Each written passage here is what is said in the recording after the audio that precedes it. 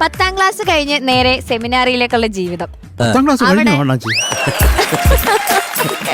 എന്നാലും സെമിനാരി കേറ്റു. അവിടുന്ന് സംഗീതമാണ് എന്റെ ജീവിതം എന്ന് തിരിച്ചറിഞ്ഞ ഒരു മൊമെന്റ് അതെങ്ങനെയായിരുന്നു സർ? മറ്റേ ഒന്നും പഠിച്ചിട്ട് തലേ കയറുന്നില്ല. അത് തിരിച്ചറിഞ്ഞ ഞാനല്ല. എനിക്ക് സംഗീതത്തിനോടുള്ള ഇഷ്ടമുണ്ട്. നമ്മള് സംഗീതത്തിന്റെ പുറകില് കുറച്ചധികം അങ്ങോട്ട് നടന്നു. സംഗീതത്തിന്റെ പുറകിലായിരുന്നു ആ ഒരു കാലഘട്ടത്തില്. അതിനോട് പ്രത്യേകിച്ച് വയലിൻ എന്ന് പറഞ്ഞൊരു ഇൻസ്ട്രുമെന്റ് ഉണ്ടായിരുന്നു. അതും കൊണ്ട് നടക്കുന്നത് കുറച്ച് കൂടി പോയപ്പോ അവിടത്തെ ഈ സെമിനാരിയിലത്തെ അച്ഛന് തോന്നി, റെക്ടർ അച്ഛന് തോന്നി, ഇവൻ ഇതിന് ഈ പരിപാടിക്ക് പറ്റിയതല്ല, ശരിയാവില്ല, സംഗീതത്തിന് വേണ്ടിയിട്ടാണ് ഇവൻ, മേ ബി ഇവന്റെ ലൈഫ്. അങ്ങനെ തന്നെ പറഞ്ഞു വിട്ടതാണ് കേട്ടോ.